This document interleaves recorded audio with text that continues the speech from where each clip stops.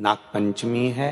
संपूर्ण सनातन वासियों को मेरी ओर से नागपंचमी की बहुत बहुत बधाई। श्रावण महीने की पंचमी के दिन 5 दीप भगवान के सामने प्रज्वलित कर कर अपने दरवाजे के पास में बाहर की ओर रख देता है। उसके घर में कभी रोग बीमारी और लक्ष्मी की कोई कमती नहीं होती, उसका जीवन सार्थक हो जाता है।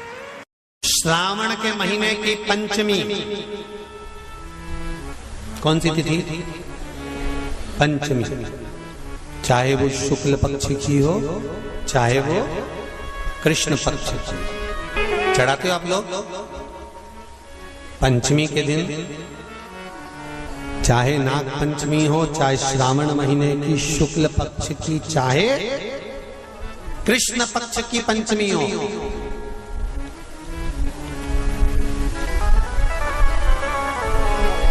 शिव जी पर जल चढ़ाया गया। और समझ लो अच्छे से, श्रावण महीने की पंचमी के दिन देवाधिदेव महादेव पर चढ़ाई गई शमी पत्र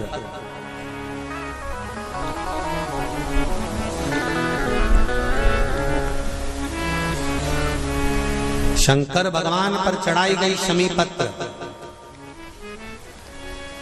आस्तिक मुनि का नाम लेकर, कौन से मुनि?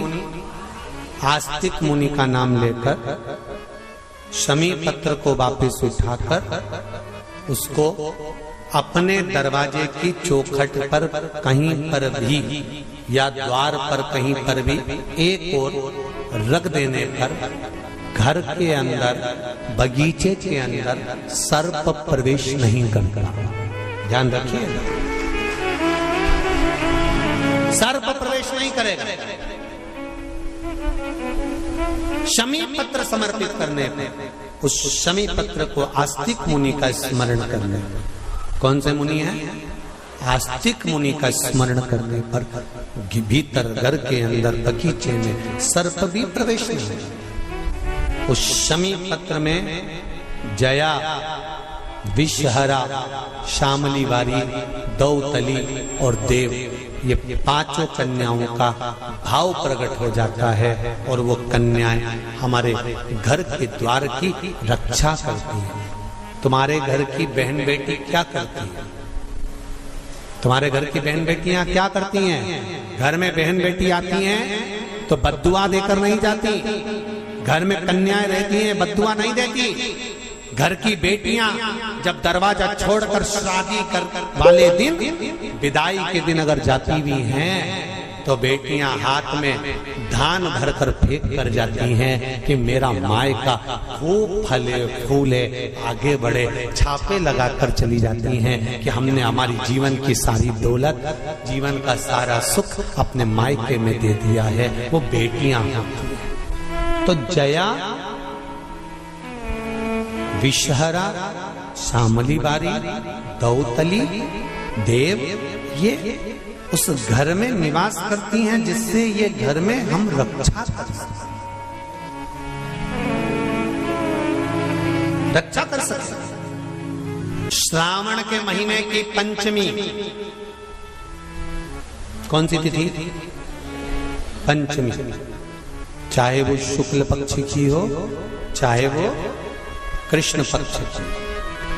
श्रावण महीने की पंचमी के दिन शंकर भगवान पर जिस परिवार के व्यक्ति का कांवड़ जल हमने बताया है आपको, जरूरी नहीं है कि डंडा बांधकर 2 कावड़ के जल के लोटे लेकर जाओ, आप अपने हाथ में भी 2 पात्र लेकर जा सकते हैं।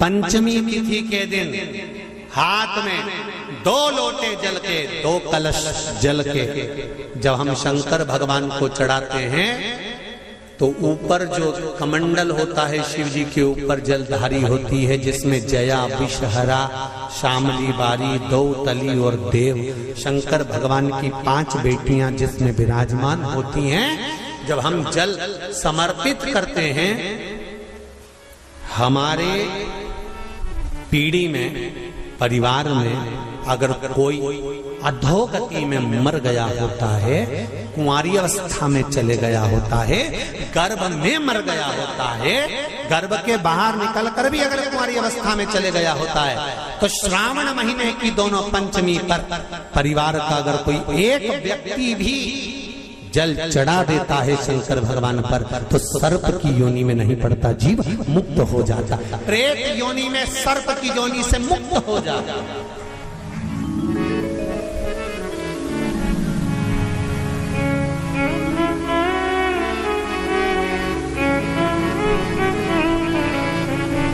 महाराज, हमारे यहाँ सांपों की पूजन कौन से दिन होती है, कौन सी तिथि में करते हैं? जम के बोलो जरा। नाग पंचमी। नाग पंचमी का मतलब क्या है? सांपों की पूजन करो। नाग पंचमी का मतलब होता है शंकर जी के मंदिर में जाकर एक लोटा जल समर्पित कर दो। उसका कारण क्या है कि हमारे परिवार में, हमारे कुटुंब में कोई कुटुंब में, परिवार में कोई 7 पीढ़ी के अंतर्गत भी अगर कोई जीव तड़प रहा होता है, पड़ा हुआ होता है, उसकी मुक्ति नहीं होती है, तो पंचमी का चढ़ा हुआ जल उस जीव को प्राप्त हो जाता है और वो जीव तर जाता है, उसका फिर जन्म नहीं होता, वो तर, इसको मुक्तता कहता है, इसको मोक्ष कहता है।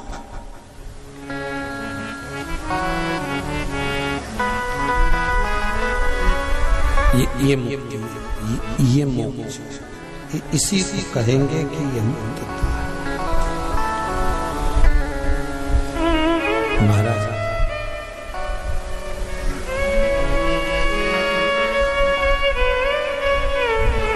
चढ़ाते हो आप लोग पंचमी के दिन, चाहे नाग पंचमी हो, चाहे श्रावण महीने की शुक्ल पक्ष की, चाहे कृष्ण पक्ष की पंचमी हो,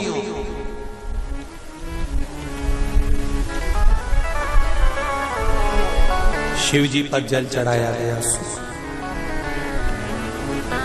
और समझ लो अच्छे से,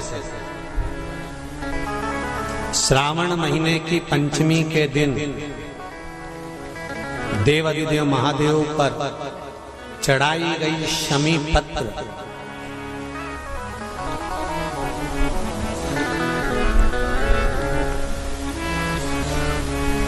शंकर भगवान पर चढ़ाई गई शमी पत्र आस्तिक मुनि का नाम लेकर, कौन से मुनि? आस्तिक मुनि का नाम लेकर शमी पत्र को वापस उठाकर उसको अपने दरवाजे की चौखट पर कहीं पर भी या द्वार पर कहीं पर भी एक ओर रख देने पर घर के अंदर, बगीचे के अंदर सर्प प्रवेश नहीं करता। ध्यान रखिए, सर्प प्रवेश नहीं करेगा। शमी पत्र समर्पित करने पर, उस शमी पत्र को आस्तिक मुनि का स्मरण करने पर, कौन से मुनि है? आस्तिक मुनि का स्मरण करने पर भीतर घर के अंदर बगीचे में सर्प भी प्रवेश नहीं। उस शमी पत्र में जया, विषहरा, शामली वारी, दौतली और देव, ये 5 कन्याओं का भाव प्रकट हो जाता है और वो कन्याएं हमारे घर के द्वार की रक्षा करती हैं। तुम्हारे घर की बहन बेटी क्या करती है? तुम्हारे घर की बहन बेटियां क्या करती हैं? घर में बहन बेटी आती हैं तो बद्दुआ देकर नहीं जाती। घर में कन्याएं रहती हैं, बद्दुआ नहीं देती। घर की बेटियां जब दरवाजा छोड़कर शादी कर वाले दिन, विदाई के दिन अगर जाती भी हैं तो बेटियां हाथ में धान भरकर फेंक कर जाती हैं कि मेरा मायका खूब फले फूले आगे बढ़े। छापे लगाकर चली जाती हैं कि हमने हमारी जीवन की सारी दौलत, जीवन का सारा सुख अपने मायके में दे दिया है। वो बेटियां होती हैं। तो जया, विषहरा, शामली बारी, दौतली, देव, ये उस घर में निवास करती हैं जिससे ये घर में हम रक्षा कर सकें, रक्षा कर सकें। श्रावण शिव महापुराण की कथा में, कल की कथा में एक वर्णन आएगा, उसको ध्यान से सुनिए।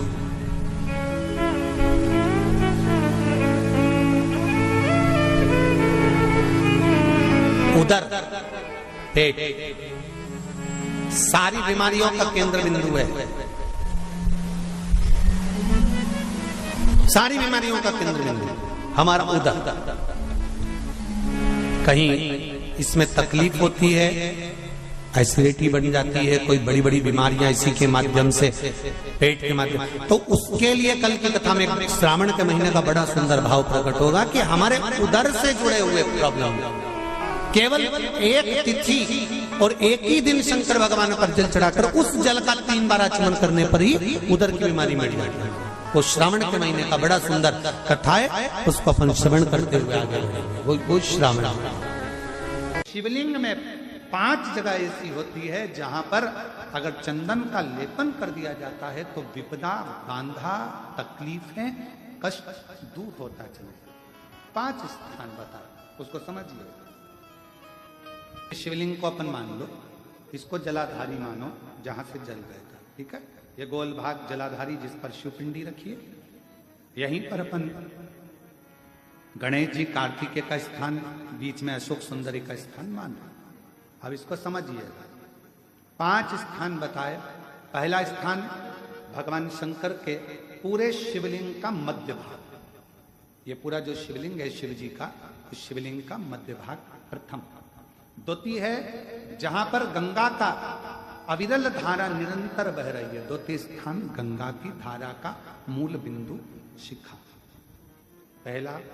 दूसरा, तृतीय स्थान उसी के सामने जो जलाधारी का पटका दिख रहा हो, दिखता है जलाधारी का सामने का हिस्सा, भीतर का हिस्सा नहीं, जिस पे रखा है वो हिस्सा नहीं, सामने जो दिख रहा है। 1, 2 और तृतीय स्थान मां अंबा जगदम्बा के कंठ भाग पर चंदन का लेप। महाराज 3 स्थान ये बताए। चौथा स्थान जहां से जल नीचे गिर रहा है, जल गिरने का जो स्थान छोटा सा एक भाग रहता है, जितनी जगह रहती है उसके मध्य भाग, चतुर्थ स्थान। और 5वें नंबर का जो भाग बताया गया वो अशोक सुंदरी का स्थान। ये 5 स्थान ऐसे हैं जहां चंदन का थोड़ी सी बिंदी भी अगर हम लगा देते हैं तो कैसी भी विषम परिस्थिति हो वो टल जाती है और बाबा की कृपा होना। प्रॉपर्टी है, कोई की जमीन है और वो जमीन तुम्हारी कोई ने कब्जा कर ली या तुम्हारा नाम नहीं हो पाई या कोई उसमें लफड़ा हो गया या तकलीफ आ गई और पैसा उसमें अटक गया, उसके लिए भी कनेर का पुष्प श्रावण महीने के जितने सोमवार आते हैं, रविवारी, सोमवारी और भोमवारी, कौन कौन से बार हो गए? रविवार, सोमवार और मंगलवार, 3 बार। प्रथम दिवस में कनेर का 1 पुष्प लेना है, द्वितीय दिवस में कनेर के 5 पुष्प लेना है और तृतीय दिवस में कनेर के 3 पुष्प लेना। बेलपत्र एक साथ में लेकर शिवजी को रविवार के दिन भी समर्पित करें, सोमवार के दिन भी समर्पित करें और मंगलवार को 3 कनेर के पुष्प के साथ बेलपत्र लेकर बाबा को समर्पित करिए।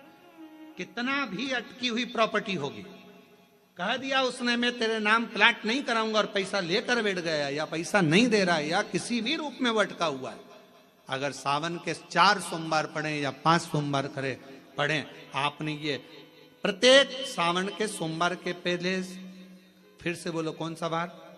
रविवार, सोमवार और मंगलवार, ये 3 बार का क्रम अगर प्रत्येक सोमवार के पहले और बाद में कर लिया तो आपको उसे प्रॉपर्टी उस व्यक्ति को तुम्हें देना ही पड़ेगी, छोड़ना ही पड़ेगी।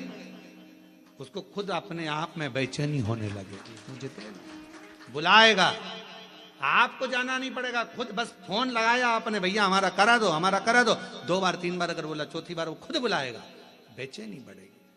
मेरा बाबा उसको खुद खल बुला देता। शिव शिव है, उसको कहते सत्यम शिवम सुंदर, शंकर शंकर। वो नित्य कृपा करने वाला, नित्य कृपा। और सावन का महीना, एक लोटा नहीं, कितना? 2 लोटा जल चढ़ा रहे हो सब लोग। कई बीमारी लग गई, तकलीफ आ गई, कष्ट आ गया, बहुत दुख आ गया, ये शिव जी का शिवलिंग है, ये जलाधारी है। ये गणेश जी का स्थान, कार्तिकेय का स्थान, बीच में अशोक सुंदरी का स्थान। शिव जी के ऊपर जो बूंद बूंद पानी जलाधारी में से टपकता है वो शिव जी की 5 लड़कियां। नाम बोलेंगे साथ में, जया, विषहरा, श्यामली बारी, दौतली, देव। शिव जी की 5 बेटियां। शिवलिंग में अगर आपने, डॉक्टर ने कहा कि बहुत बड़ी बीमारी है, तकलीफ है, 5 स्थान पर त्रिपुंड लगाना प्रारंभ करो। पहला, दूसरा, तीसरा, चौथा, 5वां। अर्थात शिवलिंग के कहीं पर भी भाग पर आप अगर 4 स्थान पर नीचे भी लगाएं और 1 स्थान पर ऊपर भी लगाएं, शिवलिंग के किसी भी भाग पर 5 जगह पर चंदन का लेपन करना प्रारंभ करो। उसी चंदन के भाग में से 5 जगह का नमः शिवाय बोलकर थोड़ा सा चंदन लेकर आइए कंठ पर और वक्षस्थल अर्थात हृदय पर उसको लगाना प्रारंभ करो। धीरे धीरे धीरे धीरे रोग कंट्रोल में आएगा और दुख मिटना प्रारंभ हो जाएगा। दुख मिटेगा। शिव जी के पंचानंद मुख से पंचाक्षर मंत्र प्रगटा है। कौन सा मंत्र है? सब बोलिए, नमः नमः। डॉक्टर कह दिया बहुत बड़ी बीमारी आ गई, तकलीफ आ गया, रोग आ गया, कष्ट, हम तो कहेंगे शिव पर भरोसा करो। शिवलिंग के 5 स्थान कोई से भी आप चुन लीजिए। 5 स्थान, 1 2 3 4 ऊपर लगा दिया 5, और अगर 5 स्थान नीचे ही लगा रहे हो तो भी 5।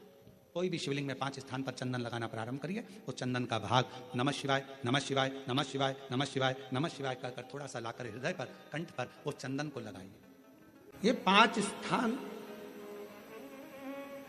मेरे देव अधिदेव महादेव की अविरल भक्ति के लिए, निर्मल शुद्धि के लिए है। नेत्रों पर जल लगाने से मतलब है कि जब भी मैं दर्शन करूं तो मेरे देव अधिदेव महादेव का करूं, शिव।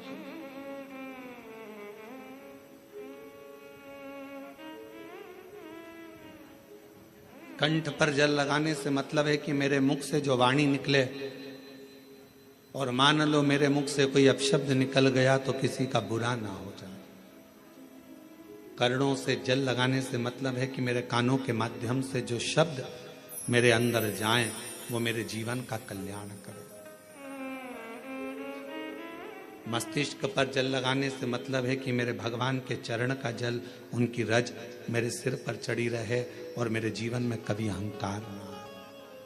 हृदय पर जल लगाने से मतलब है कि मेरे हृदय में भगवान शंकर के चरणों का वास नित्य प्रति रहे। हमेशा 5 स्थान शिव जी को चढ़े हुए जल को लगाने का। पहला स्थान बोलिए, जम के बोलो जरा, नेत्र। दूसरा स्थान कर्ण, तीसरा स्थान मस्तिष्क, चौथा स्थान कंठ और 5वां स्थान अपना हृदय। मात्र ये 5 स्थान शिव जी के चढ़े हुए जल को आप अगर लगा लेते हो तो तुम्हारे ऊपर किसी ग्रह, चाहे शनि हो, चाहे राहु हो, चाहे केतु हो, चाहे मंगल हो, कोई ग्रह आप पर भारी नहीं रहे।